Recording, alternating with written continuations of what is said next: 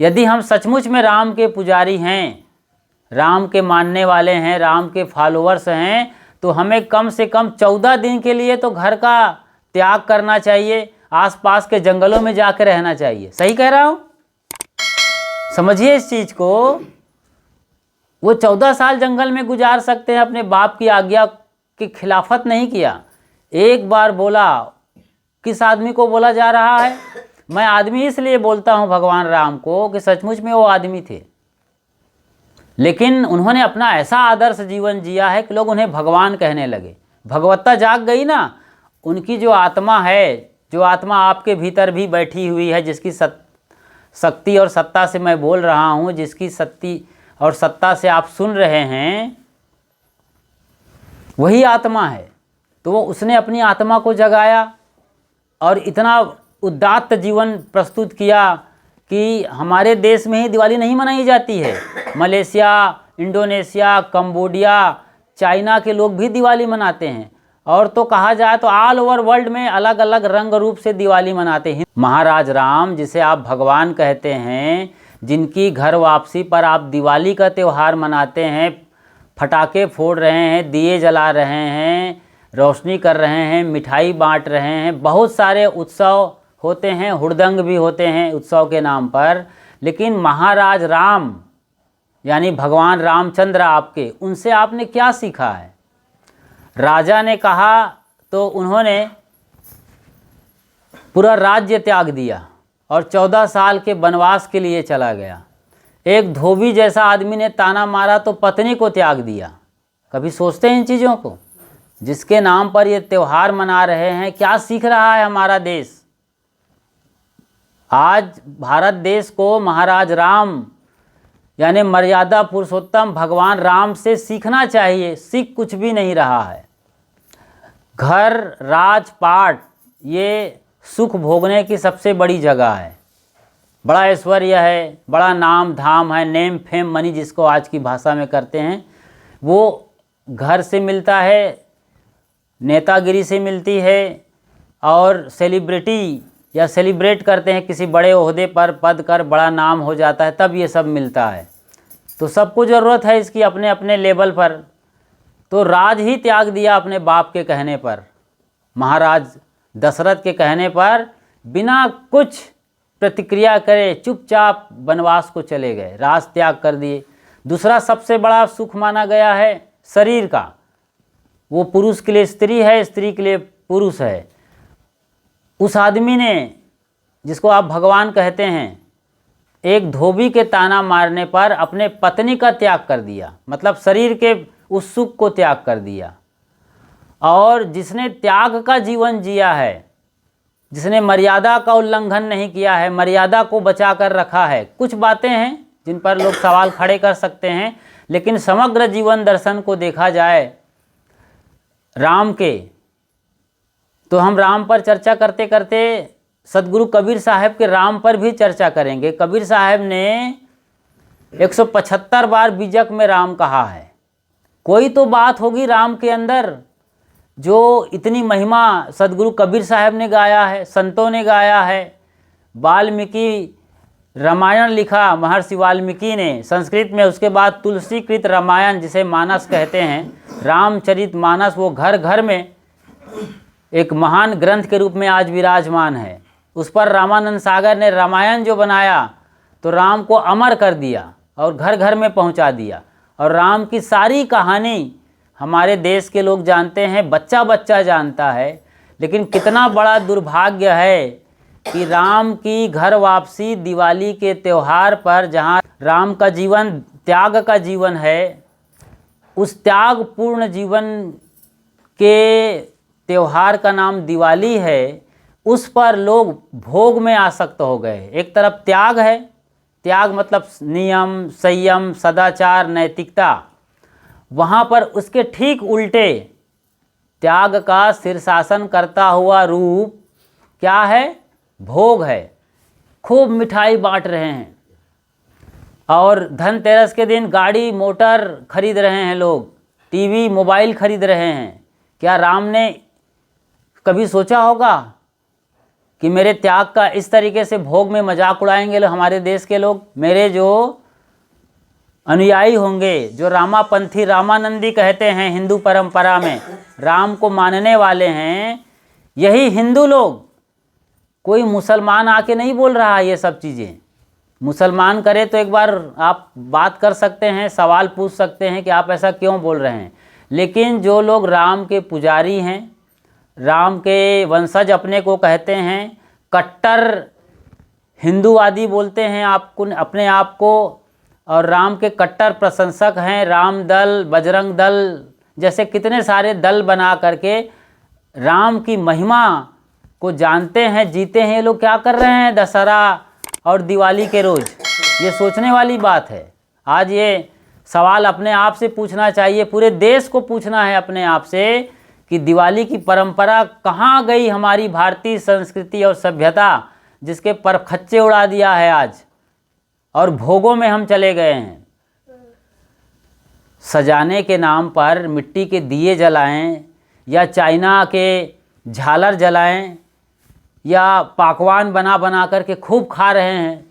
जो आदमी 12 साल तक कंदमूल फल खाया होगा, खाया है, और उनको ये सज़ा मिली थी, वारंट था उनके लिए कि आपको किसी और के घर से नहीं खाना है। गांव में कोल भील रहे, जंगल में आदिवासी लोग रहे, लेकिन उनके यहाँ भी आपको बनी बुनाई चीज़ वो बना के दें, अपने चूल्हे से पकाकर, किसी भी तरीके से आपको नहीं खाना है। आपको अपना खुद चूल्हा जलाना है, कंदमूल खाना है, फल फूल खाना है। हम उस राम की पूजा करने के लिए तैयार हुए हैं दिवाली के रोज़, और क्या कर रहे हैं, खूब हलवा पूड़ी छक्के खा रहे हैं, खूब कितने सारे व्यंजन बन रहे हैं, एक से बढ़कर एक। आजकल तो यूट्यूब का ज़माना है, लोग वहाँ रेसिपी देख रहे हैं और बना बना के खा रहे हैं, होटल में जा रहे हैं, होटल बुक कर रहे हैं। जो राम त्याग के प्रतीक हैं, मर्यादा के प्रतीक हैं, त्याग और मर्यादा की लोगों ने धज्जियाँ उड़ा करके रख दी है दिवाली के दिन। सोचिए जरा, वो 14 साल जंगल में भटकते रहे, अकेले को वनवास हुआ था, उनके साथ उनकी पत्नी सीता माई भी गई और भाई लक्ष्मण भी गए थे, और बहुत बड़ी क्रांति की बात है। तो 14 साल वो जंगल में भटकते रहे।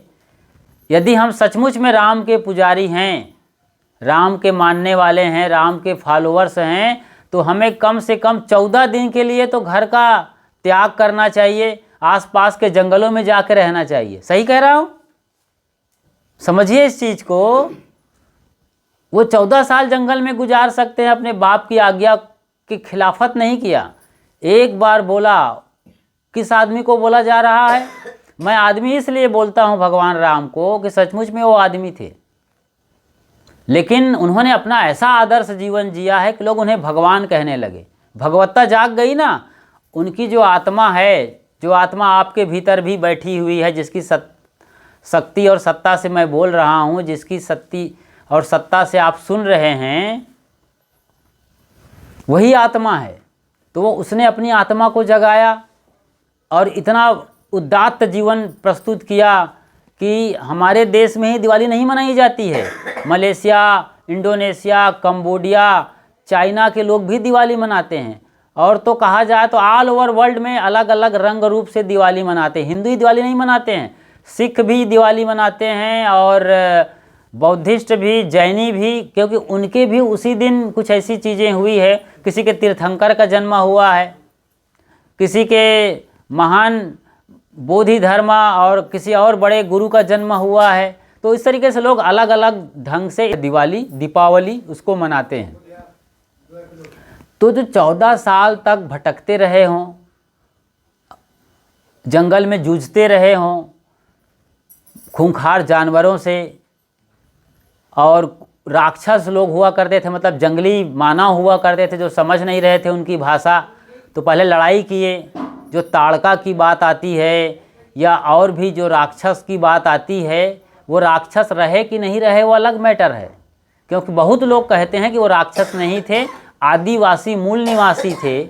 अब आदिवासी मूल निवासी के एरिया में आप जब जाएंगे, जैसे पाकिस्तान के एरिया में हम जाएंगे या पाकिस्तान का हेलीकॉप्टर हमारे एरिया में आएगा, तो क्या हम रोकेंगे नहीं उसे?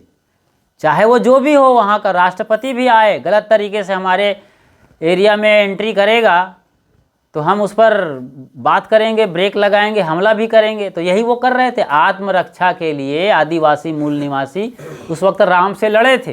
ये सच्चाई भी है और समझ में भी आने वाली बात है। तो राम जो 14 साल तक वनवास किए थे, क्या हम सोचते हैं कि 14 दिन तक जंगल में जाके रहें?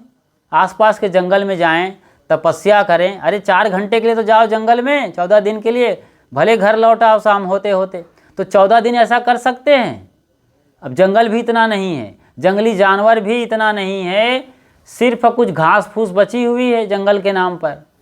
सियार है, सियार आपका क्या उखाड़ लेगा? हुआ हुआ करेगा, गीत गाएगा आपके यहाँ ज़्यादा से ज़्यादा, इससे ज़्यादा कुछ करने वाला नहीं है। तो हम क्या सीख रहे हैं? हमारा देश क्या सीख रहा है? ये बड़ी बात है, ये सब समझना होगा। यदि देश को फिर से विश्व गुरु बनना है, फिर से राम राज लाना है, तो ये त्याग और तपस्या का जीवन जीना चाहिए। कुछ कपड़ों में वो 14 साल गुजार दिए थे, तापसी वेश लिए थे, और हमारे यहाँ कैसी गलत परंपरा इंट्रोड्यूस हो गई है, कहाँ से घुस गई है कि दिवाली के दिन कितने सारे कपड़े घर के अंदर भरे हों, अलमारी में जगह नहीं है, ठूस ठूस के भर रहे हैं लोग। साड़ी पर साड़ी, 50 साड़ियाँ हैं, 100 साड़ियाँ हैं, लेकिन दिवाली के दिन हर पत्नी को, बहन को, बेटी को, माँ को नई साड़ी चाहिए। जो घर वाले मालिक हैं, बेटे हैं, दामाद हैं और बाकी मेंबर हैं, जेंट्स पर्सन, उनको नया बू शर्ट और स्किन टाइट जीन्स और टी शर्ट चाहिए, ताकि वो अपना स्टेटस आप सिंबल दिखा सके, बाज़ार में जाके छाती फुला के घूम सके कि हम नए कपड़े लगाए हैं। है नहीं? यही हो रहा है कि नहीं? दिवाली के नाम पर भूल गए राम को, राम के आदर्श को भूल गए हैं हम, और फिर भी कहते हैं कि हम भारत के हैं, महाराज राम हमारे, महाराज क्या, भगवान राम हमारे आदर्श हैं। क्या खाक सीख रहे हो? रामायण कितना बढ़िया बनाया है रामानंद सागर ने। ये भी सोचने वाली बात है कि किस तरीके से उन्होंने बनाया है कि घर घर में रामायण लोग देखना आज भी पसंद करते हैं। संवाद सुनिए, लक्ष्मण बार बार चिल्ला रहा है, अपनी माँ को कोस रहा है कि इसी माँ कैकेयी की वजह से भैया आपको वनवास हुआ है, आप आज्ञा दे दो तो मैं, मतलब वो चाहता है कि माँ को भी मारने की क्षमता रखता है वो, इसीलिए उसको शेषनाग का अवतार बताया गया है। शेषनाग कोई ऐसा नहीं है कि इस जन्म में लक्ष्मण बन गया था। अरे भाई, जो आदमी फड़फड़ा रहा हो, फनफना के क्रोध करता हो, क्षण क्षण में जिसका रंग रूप बदलता हो, आवेशित होता हो, क्रोधित होता हो, जिसके आंखों में खून चढ़ जाता हो, जिसके नाक और भौं फड़फड़ा रहे हो, वो शेषनाग से कम है क्या? ऐसे लोग जो जिंदा हैं आपके घर में, ऐसे क्रोधी लोग, इसको बताने के लिए ये रूप दिया गया है लक्ष्मण का। तो क्रोधी लक्ष्मण ये कहता रहता है क्रोध में आकर के कि मैं अभी माँ को सबक सिखा सकता हूँ, भैया आप आज्ञा तो दो, और गंदा अपशब्द भी बोलने लगता है माँ के लिए। लेकिन देखो कितना सौम्य भाषा में अरुण गोविल ने क्या रोल किया है, उनको जिंदा कर दिया उसने राम के जीवन को। इसलिए अरुण गोविल जहाँ भी जाते थे लोग पैर छूने के लिए बेताब हो जाते थे। अभी भी वो कहीं गाँव में आ जाए, लोग पहचान लें कि यही अरुण गोविल है, तो लोग उनके चरण छू लें। ये राम के आदर्श की महिमा है, अरुण गोविल की नहीं। अरुण गोविल ने जो रोल किया है उसकी महिमा तो उनका है ही, लेकिन सचमुच में राम के जीवन का, जिसको मानस ने घर घर में बड़ी मार्मिकता से प्रस्तुत किया है, ये सीखना होगा भारत को। तो अरुण गोविल जो बने राम हैं, वो वहाँ पर कहते हैं उनके किरदार के रूप में, रामानंद सागर ने जो दिखाया उसकी बात कर रहा हूँ मैं, कितने सौम्य होकर, कितने संभाल कर अपने भाई को बोलते हैं कि भैया माँ माँ है, खबरदार जो उसके लिए अपशब्द निकाला। और इससे भी सटीक वाक्य में बड़े मुस्कुरा करके बोलते हैं, माँ के लिए ऐसा नहीं बोलना है हमें, माँ माँ है, वो उनकी कमाई है, हमें अपनी कमाई देखना है। बाप को कभी नहीं डांटा, वो पलट के बाप को कभी भी जेल में डलवा सकता था, इतनी ताकत थी उनके पास, राजकुमार था, पूरी शक्ति और पूरा पावर मिला हुआ था। अरे कल ही तो उनके लिए घोषणा हुई थी कि सवेरे सवेरे राज्याभिषेक किया जाएगा, महाराज राम, युवराज राम को अयोध्या का राजा बना दिया जाएगा, ये बात निकल कर आई थी। लेकिन दूसरे दिन सवेरे सवेरे खबर आ रही है कि 14 साल का कठोर तप पूर्ण वनवास दिया जा, अकेले राम को। वो भी अद्भुत बात है ना। ये घर घर की कहानी नहीं है क्या? घर में मंथरा नहीं है क्या? अपने हर घर में मंथरा नहीं है तो पड़ोस में तो मंथरा है ही है। एक गांव में एक मंथरा नहीं, 10-25 मंथरा मिलने वाली है, जिनको सिर्फ दूसरों का घर जलाने में, घर बिगाड़ने में ही आनंद आता है। हमारे गुरुदेव सदगुरु अभिलाष साहिब जी एक बड़ी मार्मिक और मज़ेदार कहानी बताते थे। कहते थे कि एक गांव में बड़ा ठाकुर जैसा रौब दाब वाला मूंछ वाला एक आदमी था। उसकी बड़ी चलती थी, लोग उसको मानते भी थे कि बड़ा रोबिला आदमी था। कभी भी किसी को हड़का देता बीच रास्ते में ही, तो वहीं उनकी सिट्टी पुट्टी गुम हो जाती थी। तो उसको लोग इज्जत और सम्मान के साथ गांव में कोई भी भोज भंडारा हो तो बुलाते थे। बुलाना कोई नहीं चाहता था भीतर से, लेकिन उसकी ऐसी हैसियत बनी हुई थी, पर्सनालिटी, कि वो दरोगा से कोई 10 दरोगा के बराबर अकेले था वो। तो उनको लोग बुलाते थे, बैठाते थे। तो कहा जाता है कि एक घर में बेटे की शादी की बात हो रही थी। बेटे की शादी को देखते देखते 10 साल निकल गए थे। अब जा कर के शुभ मुहूर्त निकला था उसके ज़िंदगी में, और उसकी शादी पास के गांव की एक बेटी के साथ तय हो रहा था। तो आप तो उत्तर प्रदेश में हो। उत्तर प्रदेश की कहानी ये है कि बेटी वाले यानी लड़की वाले ही लड़के देखने जाते हैं।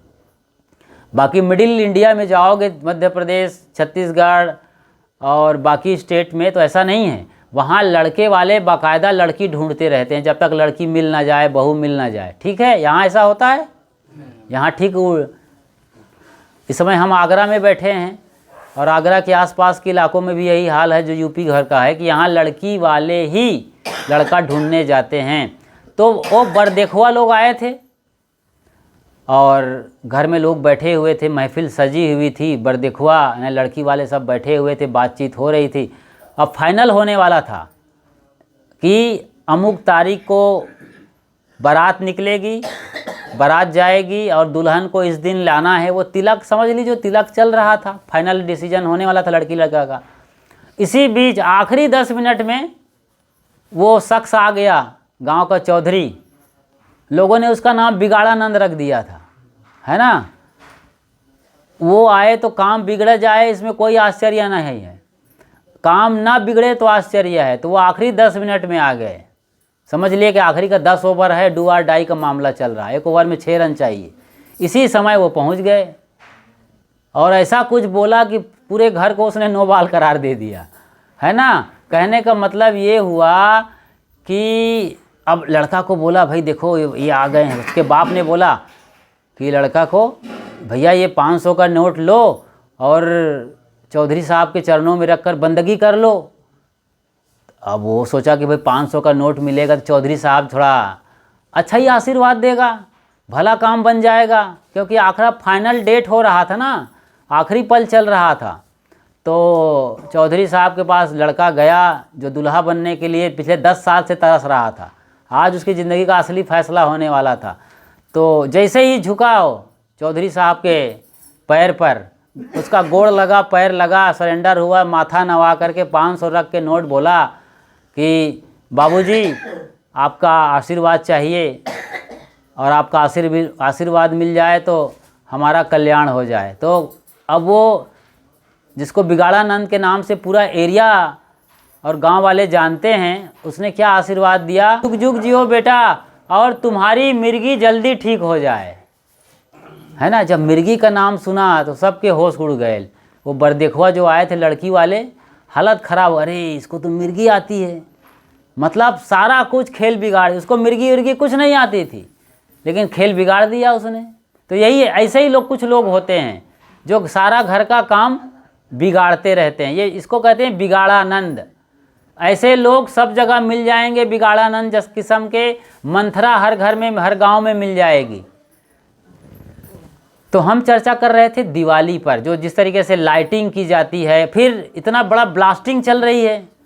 अरे कुआं की खुदाई हो, कुएं की खुदाई चल रही हो, ब्लास्टिंग करो तो पानी निकालने के लिए ब्लास्टिंग होती समझ में आती है। ये गांव गांव गली गली ब्लास्टिंग हो रही है। बड़े बड़े लक्ष्मी फटाके फोड़े जा रहे हैं, लक्ष्मी का फोटो छपा है, उसके फटाके उड़ा रहे हो। पाकिस्तान वाले आपकी देवी लक्ष्मी का फटाका उड़ाएं तो समझ में आता है, लेकिन वहाँ नहीं, ये हिंदू कहलाने वाले लक्ष्मी का फटाका उड़ा रहे हैं, लक्ष्मी का चित्र बना रखे हैं ना। इसके बारे में किसी को खबर नहीं है, कि सरकार को भी खबर नहीं है, ये गलत हो रहा है। लक्ष्मी और गणेश की चित्र बना, इसकी पूजा करते हो, वो तुम ब्लास्ट कर रहे हो, मार रहे हो, तुम एकदम चिथड़े चिथड़े उड़ा रहे हो। किसी आदमी के भीतर बारूद भर के उड़ाओगे तो क्या बचेगा जी? वो कैसा, कौन रिपोर्ट नहीं होगा, थाना नहीं होगा, मर्डर केस, गिरफ्तार, सज़ा। लेकिन ये ऐसा हो रहा है। अभी तिरंगे झंडे पर यदि कोई थूक दे तो कंप्लेन हो जाए तो जेल हो जाएगी उसको, और आप लक्ष्मी के साथ ऐसा कर रहे हो। कभी सोचते हैं?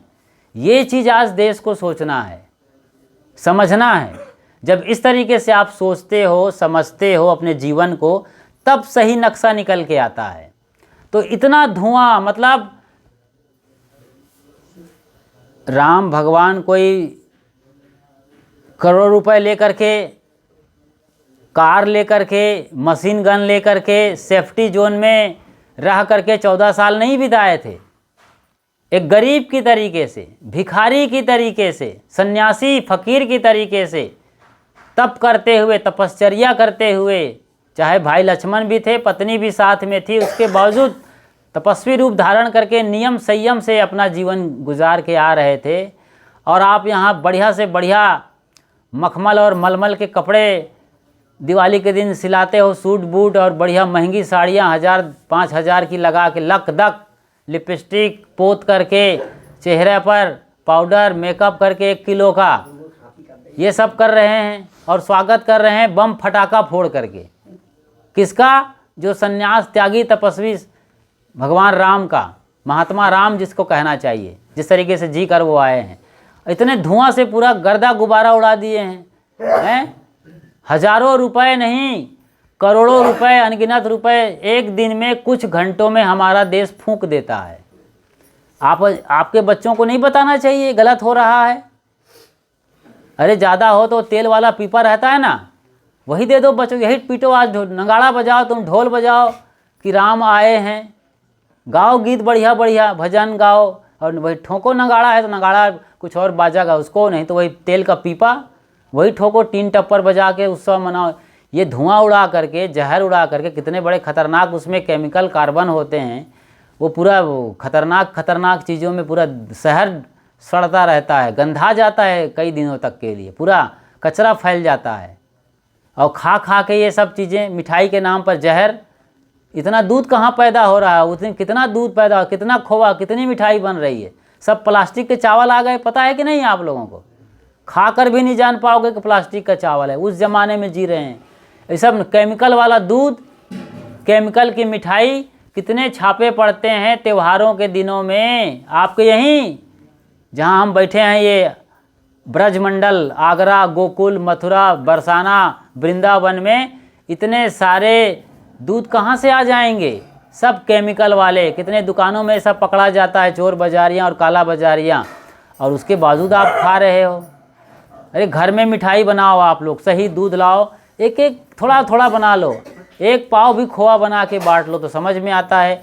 खोआ बनाएंगे तो गाय रखेंगे, गाय की पूजा होगी, भैंस की पूजा आप लोग करते ही हैं। आपके यहाँ गाय भैंस का तो अंबार है गांव में, मैं देखा हूँ घूम करके। तो इस तरीके से चारा खिला रहे हैं, गाय और भैंस की रक्षा कर रहे हैं, परवरिश कर रहे हैं, गोधन को रक्षा कर रहे हैं, बड़ी बात है। तो ये होना चाहिए। लेकिन आप वो गलत तरीके से जो बाहर का केमिकल वाला खा रहे हैं, fast food, junk food, hard drinks, cold drinks, factory food is equal to dead food. ये बच्चों को समझाना चाहिए कि फैक्ट्री का कोई चीज़ नहीं खाना है, चूल्हे की रोटी खाओ।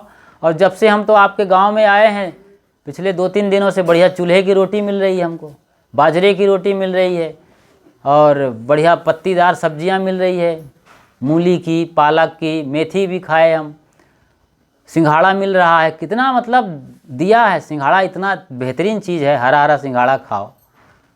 और लोग यहाँ मीट मटन उड़ा रहे हैं भगवान राम के नाम पर, बकरा मुर्गी मार मार के खा रहे हैं। बस चले तो ये सब गधा भी खा जाएंगे, सुअर भी खा जाएंगे, बचेगा नहीं आजकल। हाँ, सुअर का मांस को तो भून के, और मैं बताया ना कि च्युइंगम तरीके से चबा चबा के खा रहे, रबर वाला बड़ा लचीला रबर चबा के खा रहे हैं लोग। कैसे लोग हैं? भगवान राम के नाम पर, रामायण के नाम पर क्या हो रहा है। त्याग तपस्या का जीवन है। और लोग जंगल भी जा रहे हैं घूमने के लिए। कहाँ बुक कर रहे हैं? अमरनाथ की यात्रा पर निकल गए हैं, बद्रीनाथ, केदारनाथ और गंगोत्री यमुनोत्री 4 धाम की यात्रा पर। और वहाँ पर गाड़ी बुक किए हैं, होटल बुक किए हैं। अरे पैदल जाओ जी, तुम्हारे भगवान तो पैदल गए हैं, कांटे पर चले हैं, कंकड़ पर चले हैं, पैर में छाले आ गए हैं, और आप उनके भगवान के भक्त अपने को कहते हो और हेलीकॉप्टर बुक कर रहे हो, उड़ के जाओ। अरे पैदल जाओ। इसीलिए हमारे पुरखे जो शंकराचार्य स्वामी हैं, जिन्होंने केदारनाथ इधर आपके उत्तराखंड में है, हाँ तो केदारनाथ की बात है, मैं जहाँ मैं गया था तो केदारनाथ वाकई में बहुत बेहतरीन जगह है, स्वर्ग जैसा लगता है। देखोगे तो एकदम वातावरण, बादल उड़ रहे हैं, बर्फ़ जमी हुई है चांदी के तरीके से, और सचमुच में स्वर्ग की स्थिति है। इसलिए वहाँ पर उन्होंने आश्रम स्थापित किया और वहीं उनकी समाधि भी है स्वामी शंकराचार्य की। तो वहाँ पे चढ़ो आप पैदल तो तपस्या मालूम पड़ेगी, पैरों में थकान आएगी, शरीर में हलचल होगी, क्या होता है तपस्या ये पता चलेगा, और किस तरीके से निभाया होगा राम ने ये पता चलेगा। और वहाँ महंगा होटल बुक करके गुलछर्रे उड़ा रहे हैं। गुलछर्रे समझ रहे हैं ना? आगे नहीं बोलना है मुझे, समझने के लिए काफ़ी है ये चीज़ें। और इसी का लोग अपने जोड़ी लेके गए हैं वहाँ पे, मौज मस्ती कर रहे हैं। सारी जो सबसे गंदा से गंदा काम दुनिया में हो सकता है वहाँ जाके कर रहे हैं भगवान के धाम में।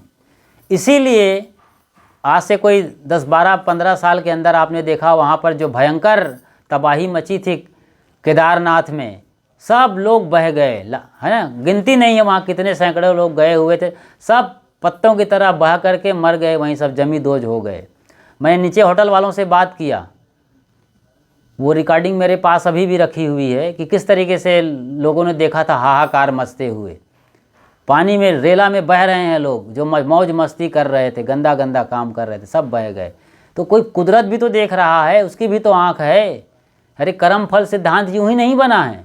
कर्म फल सिद्धांत का मतलब केवल आत्मा, शरीर और मन इंद्रियों का ही खेल नहीं है, वो पूरे सृष्टि क्रम के साथ जुड़ा हुआ है। क्योंकि हमारा जो संबंध है वो घास से भी है। एक घास यदि पूरी दुनिया से छील के ख़त्म कर दिया जाए तो हम जिंदा नहीं रहेंगे। हमें घास से भी जीवन मिलता है। गुलाब के फूल पर ही नज़र मत रखिए, घास के भी फूल होते हैं, उससे भी हमारा वास्ता है। तो हर चीज़ से वास्ता है। तो प्रकृति को भी कहीं ना कहीं तरीके से मालूम पड़ती है, और उसने ये तबाही मचाई थी, फ्लड लाया था और पूरा पहाड़ ढह गया था। लेकिन वो केदारनाथ अब भी खड़ा हुआ है। वहाँ का भोले भंडारी का बड़ा सा एक पत्थर आ गया था पीछे में, उसके बारे में कहते हैं कि फ्लड वहाँ पर रुका हुआ था, जो बाढ़ आई हुई थी, तबाही, बादल फटा था बता रहे हैं उस वक्त। जो भी हुआ हो, आप स्पिरिचुअल तरीके से देखें या फिर मानंदी के तरीके से, धारणा के तरीके से दिखें, आंखों में काली पट्टी बांध के भी देखते हैं, फिर भी रियलिटी है, उसे समझने की कोशिश करना चाहिए। तो हम मौज मस्ती करने के लिए पहाड़ पर जा रहे हैं, तपश्चर्या करने के लिए जाना चाहिए जंगल। सीखो, उपवास करो, दिन भर तो उपवास रहते हैं। कबीर साहब ने बीजक में नहीं कहा है, दिन को रहत है रोजा, रात हनत हैं गाय, यह खून वह बंदगी क्यों कर खुशी खुदाए। आपका खुदा अल्लाह ताला भला कैसे खुशी होगा, कैसे खुश होगा? दिन भर तो आप उपवास हो, जैसे हिंदू एकादशी व्रत रहते हैं, निर्जला एकादशी, इस तरीके से, और रात में रात हनती हैं गाय, गाय, मुर्गी, मछली और ये दुम्मा मतलब भेड़, ऊँट, सब काट करके पूरा ऊँट निगल जाते हैं खून के साथ। ये कल्चर आज हमारे देश में चल रहा है, अपने अपने भगवान, भवानी, देव, गोसैया के नाम पर। और फिर भी कहते हैं कि हम कट्टर हिंदुस्तानी हैं, कट्टर हिंदू हैं, तो कट्टर फलाने हैं, तो कट्टर धमाके हैं। क्या हो रहा है? ऐसे करेंगे जी? अरे जीवन दर्शन को समझना है। दिवाली सही तरीके से मनाओ। कहने का मतलब सादगी के साथ, मिट्टी के दिए के अलावा कोई दिया नहीं जलाना चाहिए। मिट्टी का दिया जलाइए, आटे का दिया जलाइए। अभी बता रहे थे, क्या नाम आपका? क्या नाम? हाँ, सुरेंद्र सिंह जी बता रहे थे कि दिवाली के पहले 14 के दिन आटे का दिया बनता है और वो कुत्तों को खिलाया जाता है। हाँ, कुकुर त्यौहार होता है। कहाँ होता है? नेपाल में कुकुर त्यौहार। और काग का भी त्यौहार है, वहाँ कौवे को भी पूजा जाता है। वहाँ भी दिवाली बड़ी धूमधाम से मनाई जाती है, 5 दिनों तक की।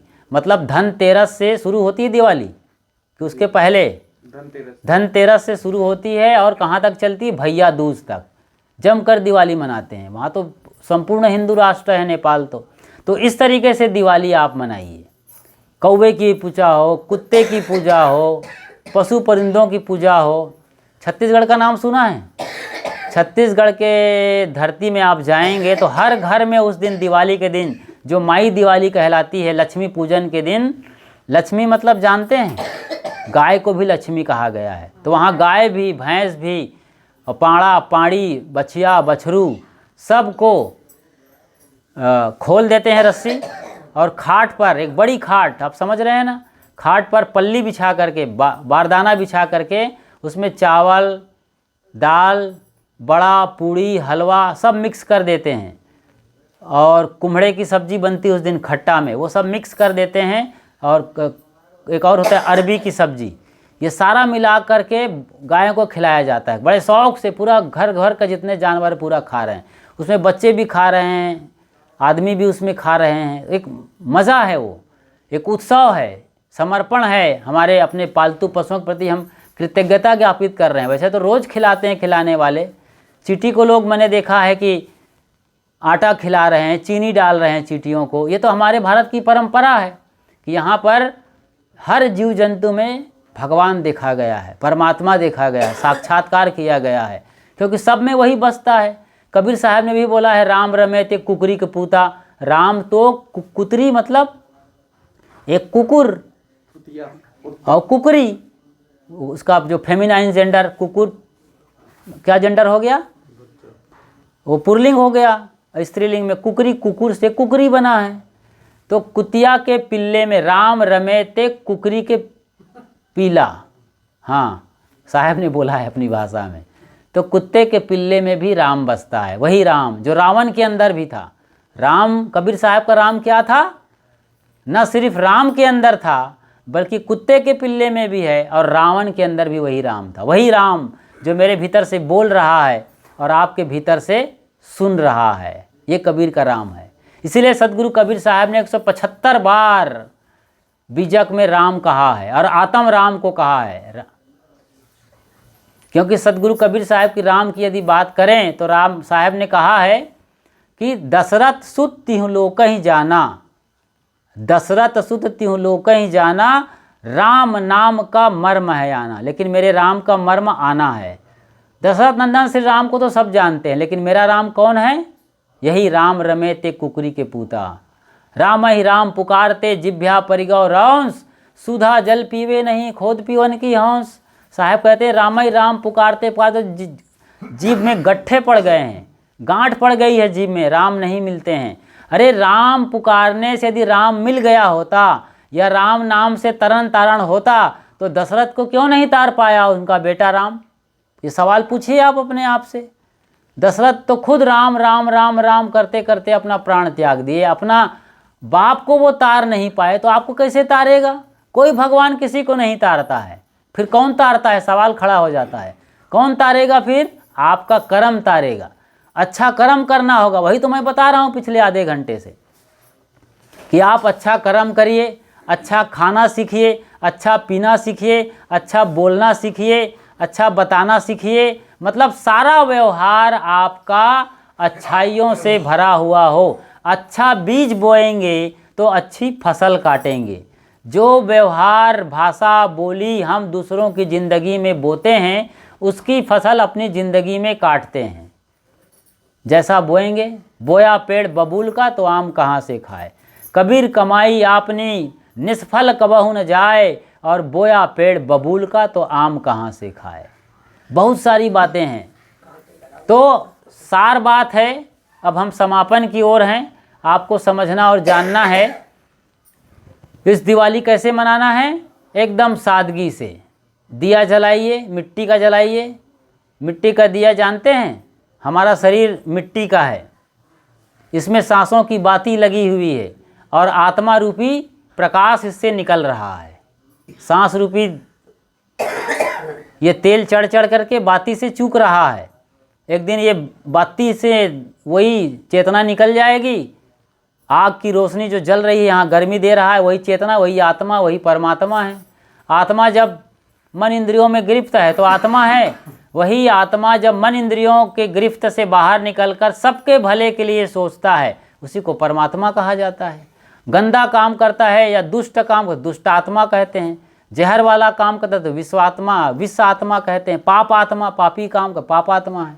परमात्मा पाप करने वाला पाप आत्मा, परम काम महान काम सबके लिए काम करने वाले, जैसे साधु संत फकीर ने किया है, तथागत बुद्ध महावीर कबीर सहजोबाई मीराबाई राबिया ने के जो काम किया है तो देश दुनिया के लिए किया, सबके लिए किया है।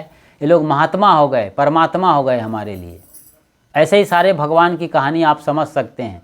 तो आपको अच्छा काम करना है, ठीक है, सादगी से, बहुत बम फटाके नहीं फोड़ना है। ऐसे भी आप इंटरेस्ट कम हो गया है लोगों का इन चीज़ों में, बहुत फटाके वटाके नहीं छोड़ते हैं। लेकिन जो थोड़ा सा पगलाहा किस्म के लोग हैं, जिद्दी उबड़ खाबड़ चित्त के, है ना, ऐसे पगलाहा लोगों से हमारा निवेदन है हाथ जोड़कर कि थोड़ा समझदारी से लाइटिंग करें, समझदारी से ये ब्लास्टिंग करें।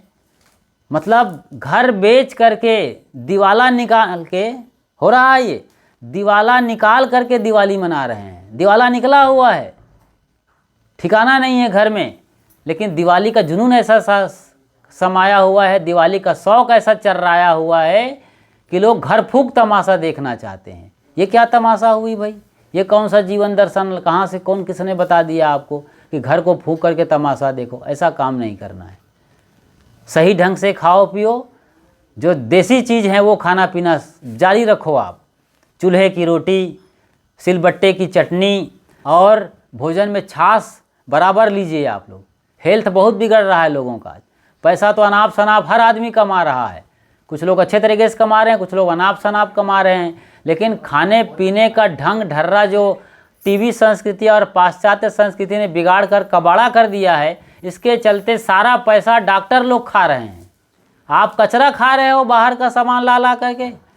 अभी कल परसों की बात है, एक घर में था, हम इधर मथुरा के पास एक गांव में थे, उसका बच्चा बीमार है, सर्दी से नाक बह रही है, छींक रहा है, रात को बुखार आता है। और सवेरे हम उठे और जब नहा के निकले बाथरूम से तो पता चला कि अपने बच्चे को दुकान ले गई और वहाँ से कुरकुरे लेके आ गए, वो भी 3rd क्लास का कुरकुरा, जो देसी वाला लोकल ब्रांड का है। उसमें क्या है जी, थोड़ा सा मीठा डाल दिए हैं, कुछ केमिकल डाल दिए हैं एडिक्शन के लिए। देखो बच्चे लोगों को देखा है आपने, वो बिस्किट को फाड़ेंगे 2 टुकड़ा, बीच का मलाई चाटेंगे और वो छिलका को दोनों बगल रख देंगे। तो उसका दादी इधर बैठी है, दादा इधर बैठा है, वो दोनों चबा रहे हैं उठा उठा करके। ये तो कमाल के लोग हैं हमारे देश के लोग हैं, ये हो रहा है। तो वो जो मटेरियल लगा है बीच में, जिसको मलाई कह रहे हैं लोग, वो मलाई वलाई कुछ नहीं है, सिर्फ केमिकल है। उसमें 2 जहर पड़े हुए हैं, एक प्रिजर्वेटिव जो बिस्किट को 15 महीना 3 महीना तक के लिए प्रिजर्व करके रखता है, क्योंकि रोटी को तो आप शाम को दूसरे दिन नहीं खा सकते। आज की रोटी शाम तक खा ले तो गनीमत है, दूसरे दिन कोई नहीं खाने वाला है, गाय खाएगी या कुत्ता खाएगा, फेंका जाएगा। लेकिन वो बिस्किट, नमकीन और चाउमीन, पिज्ज़ा, बर्गर जैसी चीज़ें हफ्ते भर, 10 दिन, महीना दिन, 6-6 महीना तो प्रिजर्वेटिव पड़ता है, मतलब संरक्षित करने वाला, बर्बाद ना हो। और दूसरी बात, उसमें एक एडिक्शन वाला वो चीज़ बच्चा खाता है तो उसी टाइम पर फिर से उसमें हार्मोन्स रिलीज होता है, बच्चा फिर वही मांगेगा, याद करेगा बिस्किट को, नक्शा देखेगा, सपना देखेगा, वही हार्मोन्स रिलीज होगा और फिर वही बच्चा वही चाहिए जो कल बिस्किट खाया था, टॉफ़ी खाया था, जो भी खाया था वही चाहिए। तो ये तो बर्बादी का आलम चल रहा है और आप लोग समझ नहीं रहे हैं। गांव देहात में रहिए तो गांव देहात जैसी समझ रखिए, ऊंचे विचार रखिए, सोच ऊंची रखिए, बात सही है। तो ऐसे ही जब साधु संतों को आप बुलाते हैं अपने घर में, सत्संग करते हैं, अपनी समस्याओं को रखते हैं, समाधान पूछते हैं, तब जा कर के ये बातें होती हैं। तो ये परंपरा जीवित रहनी चाहिए। आपके घर आंगन में गुरुजन आते रहना चाहिए, उनके पास बैठिए, उनसे सवाल करिए, समाधान जरूर मिलेगा, अच्छे तरीके से सवाल पूछते हैं तो ये है संतों का। संत कोई अलग नहीं है, आपके जैसे किसी माँ बाप के बेटे हैं, और संत कोई उसका कोई सींग नहीं निकल आया है कि डेना निकल आया है, कुछ तो नहीं निकला है, वैसे ही है जी जैसे आप हो। कपड़े कुछ अलग ढंग के पहन लेते हैं, थोड़ा सा सिंपल वे में, सादा हमने पहन रखा है, कोई गेरुआ और कोई लाल रख लेता है। दाढ़ी रोज़ बनाना ना पड़े या महीने में ना बनाना पड़े, इसलिए थोड़ा जटा जूट बढ़ा लेते हैं। लेकिन साधु के वेश में भी ठग होते हैं, ये भी पहचानना होगा। सीता माई को रावण ने ही लूटा था, चुराया कौन था? रावण ने। लेकिन रावण भी कहीं ना कहीं ईमानदार था। आज जो घर घर में रावण है, गांव गांव में रावण है, उनसे तो बेहतर था। पहला इंसान था जो सीता के इंक्वायरी के लिए, उसकी रखवारी के लिए महिला कमांडो रखा था। ठीक है, वहाँ पर कोई पुरुष जा नहीं सकता था, खुद भी नहीं गया था। अब वो कहानी बताते हैं कि उनको श्राप था कि वो नज़दीक जाएगा तो जल जाएगा। अरे नज़दीक जाएगा जल जाएगा तो लपेट के लेके आया, जब वो पुस्तक विमान में उठा के, तो कुछ तो नहीं हुआ। उसमें होना चाहिए था कि नहीं? बहुत सारी बातें हैं। तो पूरी रामायण या पूरा महाभारत या हमारे देश की पूरी संस्कृति और सभ्यता को सही तरीके से रीड करना चाहिए, समझना चाहिए। वहाँ हमारे जीवन का सार छुपा हुआ है। इसलिए छुपा हुआ है कि आने वाली पीढ़ी को आप माफ़ नहीं कर सकते। आप लोग गंदा खाएंगे, गंदा करेंगे, तो फिर पुरानी पीढ़ी आपको माफ़ नहीं करेगी और आप उनको माफ़ नहीं कर पाएंगे। सब तहस नहस हो जाएगा। इसलिए आज सजग होइए, सावधान होइए और दिवाली खूब बढ़िया सादगी से, समझदारी से और किफ़ायती अंदाज में मनाइए। दिखावे में आकर के पैसे की बर्बादी मत करिए, ये आप समझिए। पैसा बचाइए और घर को सजाइए। तो इस तरीके सजाइए घर को, और सत्संग के जरिए, सदगुरु संतों की वाणी के जरिए, सदगुरु कबीर साहब की वाणी के जरिए अपने जीवन को सजाइए, मन को सजाइए। सदगुरु ने कहा है, ये मन तो निर्मल भया जैसे गंगा नीर, पाछे पाछे हरि फिरे कहत कबीर कबीर। निर्मल करना है मन को। यहाँ जो बहू बेटी बैठी हैं उनसे भी हमारा निवेदन है और उनको भी समझना है, सबको, बल्कि कि अपने मन को निर्मल करना है। इतना कर लो आप, निर्मल मन के रहो, निष्कलुष, निर्छल, निष्कपट, एकदम जैसे पानी के तरीके से आर पार, ट्रांसपेरेंट। फिर देखिए घर वाले आपके लिए क्या नहीं करने वाले हैं, पड़ोसी आपको कितना सम्मान देंगे। क्योंकि आप जब निष्कपट हैं, निष्कलुष हैं, मतलब भीतर से साफ पाक हैं, तो फिर वो पूरी प्रकृति आपको जानती है। सब फूल बरसाएंगे ऊपर से परमात्मा। हवाएं मधुर होती हैं, मधु झरंति सिंधवा, मधुवाता रीतायते मधु झरंति सिंधवा। ऋग्वेद में ये मंत्र आया हुआ है जिसमें ऋषि कहते हैं कि जिसका मन निर्मल हो जाता है, जो पवित्र मन का हो जाता है, उसके लिए हवाएं मधुर होती हैं, बारिश अमृत की वर्षा करती हैं, चारों तरफ से फूलों की बरसात होती है। ये जो कहानियाँ हैं ना कि भगवान फूल बरसाते हैं, कोई भगवान नहीं बैठा है। अरे ये संपूर्ण ब्रह्मांड ही भगवान है। कब समझेगा हमारा देश इन चीज़ों को?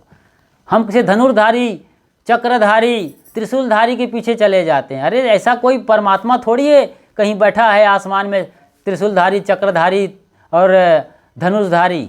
अरे ये संपूर्ण ब्रह्मांड, सबको देखो। पेड़ के पास जाके बैठो ना, कितना शीतल छाया वो दे रही है। थोड़ी देर और बैठो तो फल भी बरसाने वाला है, पका हुआ आम गिरा रहा है आपके सामने। ये नहीं है क्या? क्या बोलते हैं उसको? कल्प वृक्ष। और कहाँ मिलेगा? पेड़ लगाओ, देश बचाओ। खेतों में पेड़ लगाइए, पानी को संरक्षित करिए, प्लास्टिक कम यूज़ करिए, जूट और कागज़ के ये पैक और बोरे, बोरी और झोला इस्तेमाल करिए। अरे कुछ तो जागिए, पूरा गांव कचरा हो रहा है। ये नाली कितनी बह रही है गांव के सामने, गंदा गंदा। हर आदमी को चाहिए कि फावड़ा ले, हर घर फावड़ा रखवाइए। बोलिए यहाँ के सरपंच को कि फावड़ा दे सबके घर के सामने, और अपनी अपनी नाली को खुद साफ करो ना, कितना साफ पानी दिखेगा। कचरा बन रहा है, जहर फैल रहा है। कोरोना नहीं आएगा ऐसे करेंगे तो। कोरोना के दिन क्या करते थे? 56 बार सैनिटाइजिंग चल रही है, 56 बार। ये करो 56, छींक आया तो सैनिटाइजिंग मारो भैया, बचो बचो बचाओ, मरना नहीं है। भूल गए सारा कुछ, फिर गंदगी का आलम बैठा दिए हो पूरे गांव भर में। तो फावड़ा से अपने घर के आंगन को सफाई करो। घर का कोना कोना साफ होना चाहिए, टॉयलेट बाथरूम साफ होना चाहिए। वहाँ चिपका हुआ है मसाला में है, और तुम्हारा एकदम चकाचक रखो टॉयलेट बाथरूम को। कैसा दिख रहा है? यही तो दिवाली है जी। लक्ष्मी का नाम सुने हो ना? बताया गया कि घर के कोने कोने की सफाई करो तो लक्ष्मी आएगी, और आपने गंदगी का आलम मचा रखा है तो कहाँ से लक्ष्मी आएगी? इसीलिए लक्ष्मी आए ना आए, घर साफ होगा तो वातावरण साफ होगा, और सचमुच में लक्ष्मी को आना पड़ेगा। फिर जब दिल दिमाग साफ होगा, घर का कोना कोना साफ होगा, तो लक्ष्मी को मजबूरन आना पड़ेगा। लेकिन आपने तो लक्ष्मी का साथ तो घटिया व्यवहार किया है। लक्ष्मी किसको बोलते हैं? हमारे देश में रुपया और पैसा को रुपया भी बोला जाता है, और लक्ष्मी भी कहा जाता है। लक्ष्मी के साथ क्या हो रहा है? लोग जुआ खेल रहे हैं, सट्टा खेल रहे हैं, शराब पी रहे हैं और गंदा से गंदा काम कर रहे हैं उस पैसे के बलबूते पर, तो लक्ष्मी नहीं रूठेगी जी। और कंगाल हो रहे हैं लोग, इसीलिए तो कंगाली छाई हुई है। कितना पैसा कमाते हैं, टिकता ही नहीं है बोलते हैं। क्यों? क्योंकि आपने गलत जगह लक्ष्मी को भेजा हो। लक्ष्मी का अपमान कर रहा है हमारा देश, इसीलिए हमारा देश बर्बाद हो रहा है। वहाँ देखो अमेरिका में, जापान में कोई लक्ष्मी नहीं है। कहीं है? कोई भवानी, भूत, प्रेत, मरी, मसान, जिन, चुड़ैल, 33 करोड़ 56 करोड़ कोई देवता नहीं, लेकिन वो डॉलर छाप रहे हैं, लीरा छाप रहे हैं, येन छाप रहे हैं, और आर्थिक स्थिति हमसे मजबूत हुई चली जा रही है और हम कंगाल हुए जा रहे हैं। क्योंकि हमारा तो सरकार भी नशा में हमको डाल रहा है, बेरोजगारी भत्ता दे रहा है, शराब का भट्टी खुलवा रहा है और तमाम ढंग के सुअर पालन, मत्स्य पालन जैसे ढोंग ढकोसले खोल रखा है। तो ये सब जो कुछ भी हो रहा है, इन सब के प्रति जाग कर समझदारी से जीने का नाम सत्संग है। तो बहुत सारी बातें हैं और बातें कभी फिर करेंगे, कभी मौका आएगा। फिलहाल आप सबको दिवाली की खूब ढेर सारी बधाई, शुभकामनाएं, मुबारकबाद कि आप स्वस्थ रहिए, मस्त रहिए। और हम तो चाहते हैं कि दिवाली के दिन ही दिवाली ना मनाओ, होली के दिन ही आपकी होली ना हो, बल्कि जब भी दोपहर में सब मिल करके बैठ करके खाओ, चारों भाई इकट्ठे एक मेज पर, तो फिर वो होली शुरू हो जाए आपके घर में। सब इकट्ठे खा रहे हैं, बैठ करके बात कर रहे हैं, भोजन कर रहे हैं। और रात को जब मिलो सब इकट्ठे, फिर भोजन में बैठने के पहले कुछ भजन कर लो, कुछ पाठ कर लो, कुछ पूजा कर लो, कुछ प्रार्थना कर लो, दिए जलाकर। तो रोज़ शाम को दिवाली हो और रोज़ दोपहर को होली हो और रोज़ सवेरे ईद मिलन हो। कोई भी नाम दीजिए उसको, बड़ा से बड़ा नाम दीजिए। तो मन मस्त होकर के जीना है। तो स्वस्थ रहिए, मस्त रहिए। आपके घर आंगन में सुख, शांति और समृद्धि का आगमन हो। बोलिए श्री सद्गुरु कबीर साहेब की, संत समाज की, भक्त समाज की, साहेब बंदगी साहेब।